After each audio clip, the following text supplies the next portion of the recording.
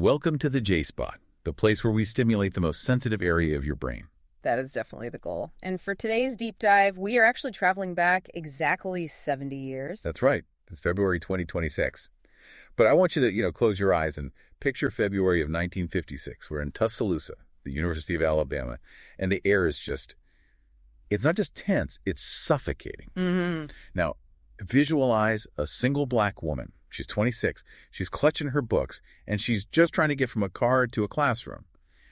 But she's facing a mob that has swelled to 3,000 people. And we need to be clear, this is not just a bunch of rowdy college kids. This is a coalition. You've got factory workers who literally clocked out just to come join the protest. High school students cutting class. And KKK members in full robes descending on campus. 3,000 people. I mean, that's a small army. Mm-hmm. And they're all chanting, "Keep Bama white." Mm-hmm. They're throwing bricks, eggs. It's just a scene of absolute uncontrolled chaos. Yeah. And right there in the center of this hurricane is a woman named Autherine Lucy Foster. Now, most people, they know Rosa Parks, they know the Little Rock Nine. But Authorine's story, it's often this missing chapter that bridges the gap between those huge events. It really is. And our mission today isn't just to, recount a riot. We really want to analyze what scholars call the architecture of exclusion. Because a mob is scary, sure, but paperwork can be lethal. We need to look at how institutions use a concept like safety as a weapon to maintain segregation. And maybe most importantly, we need to try and calculate the mental health toll of being the first. So let's unpack that, because the riot was in 56, but this story, it actually starts years earlier, 1952. And it all begins with what might be the biggest clerical error in Jim Crow history. It really was.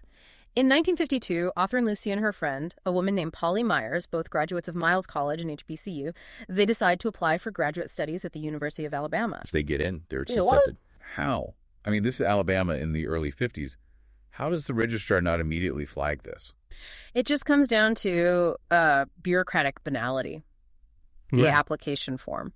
It simply didn't ask for race. There was no checkbox. Wow. So just looking at their grades, their transcripts, the university judged them on merit and said, welcome.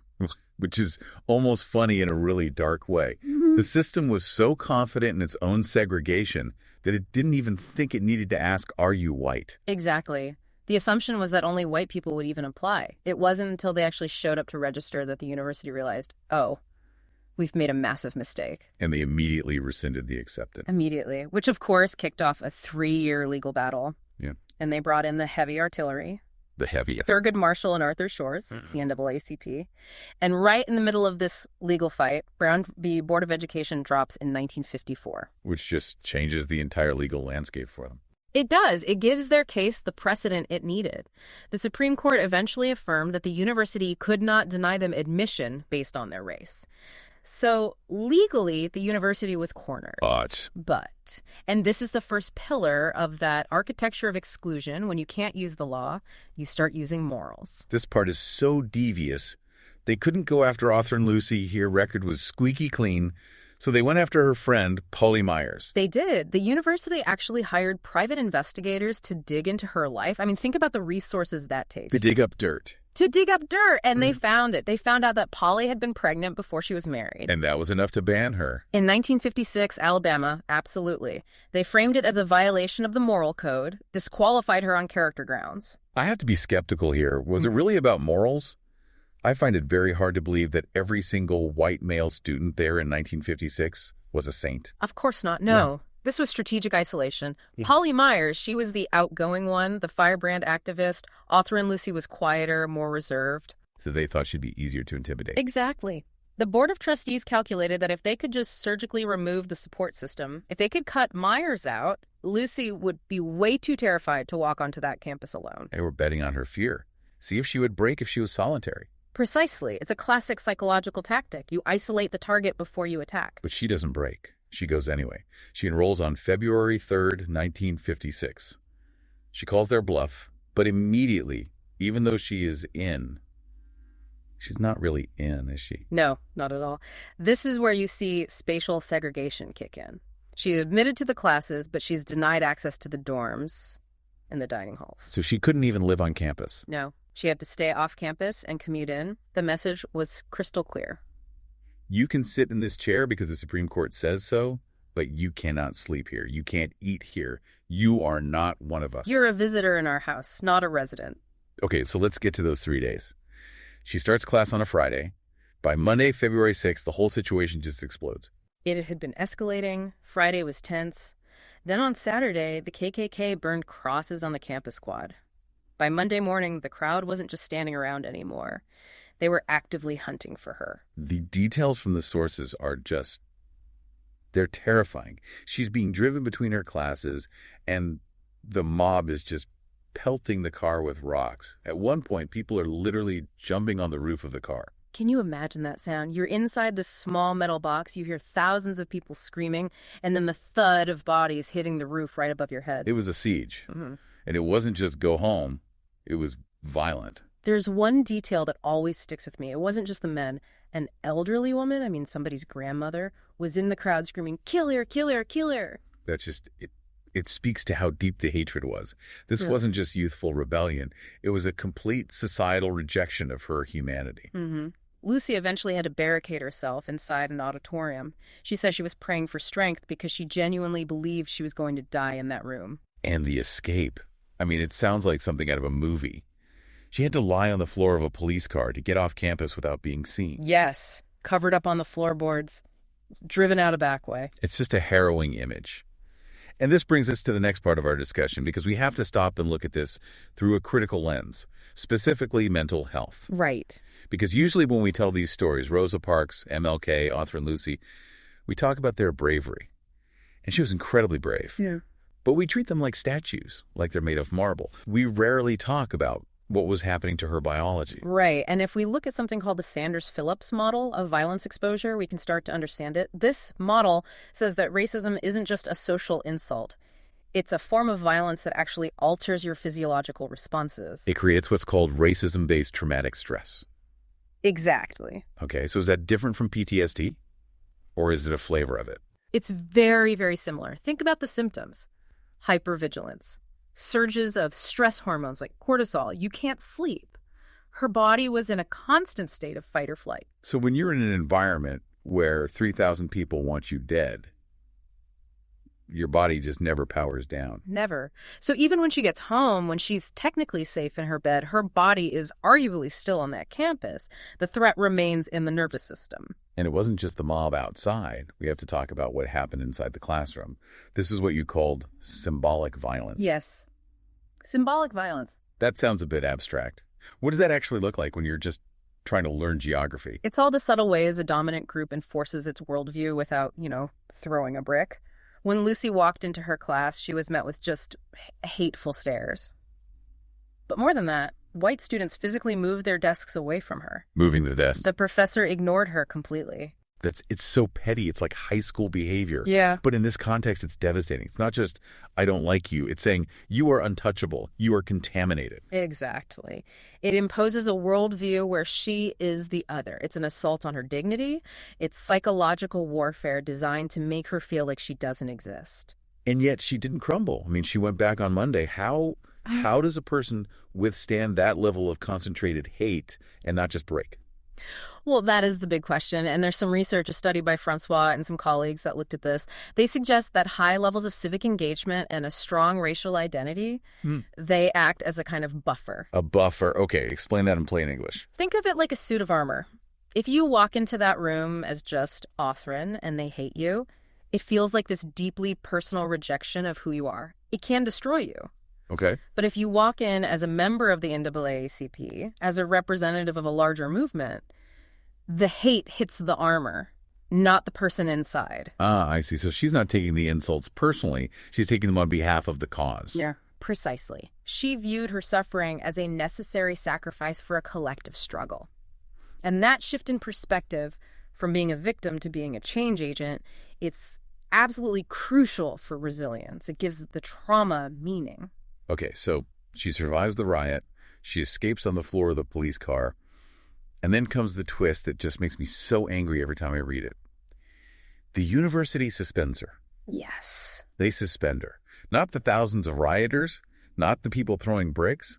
They suspend the woman who was hiding in the auditorium. Yeah. What was their reasoning? For her own safety. For her own safety. That is one of the most cynical phrases I have ever heard. It's a classic tactic. In legal theory, it's called the heckler's veto. Okay, break that down for us, the heckler's veto. So imagine you're in a cafeteria. A bully says, if that kid comes in here for lunch, I'm going to start a fight. The principal looks at the situation and says, well, we can't have a fight. So the victim, you're suspended. If you're not here, there's no fight. Problem solved. So the bully actually gets to dictate school policy. Exactly. The university effectively allowed the mob to run the school.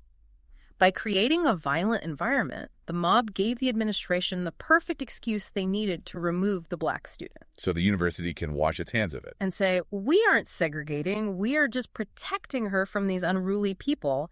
It's weaponized safety. And then, when Thurgood Marshall tried to fight this, they sprang the trap. This is the part that feels like a legal thriller. It really is. Marshall files a suit, and he argues that the university had conspired with the mob, or at the very least allowed the mob to rule to keep Lucy out. Which, let's be honest, seems like a fair assessment. A very fair assessment. But the Board of Trustees took that lawsuit and said, this allegation that we conspired with the mob is a lie. It's defamation. You are slandering the university. And they used that as grounds to expel her. Permanently. That was it. Wait, play devil's advocate for a second. How is that even legal? You can be expelled for filing a lawsuit that hurts the university's feelings. In 1956, the Board of Trustees held pretty much absolute power. They argued that by accusing the administration of bad faith without proof, she was attacking the very institution she wanted to join. It was a perfect catch-22. If she doesn't sue, she stays suspended. If she does sue, she's expelled for being disloyal and slanderous. That is just infuriatingly brilliant in the most evil way.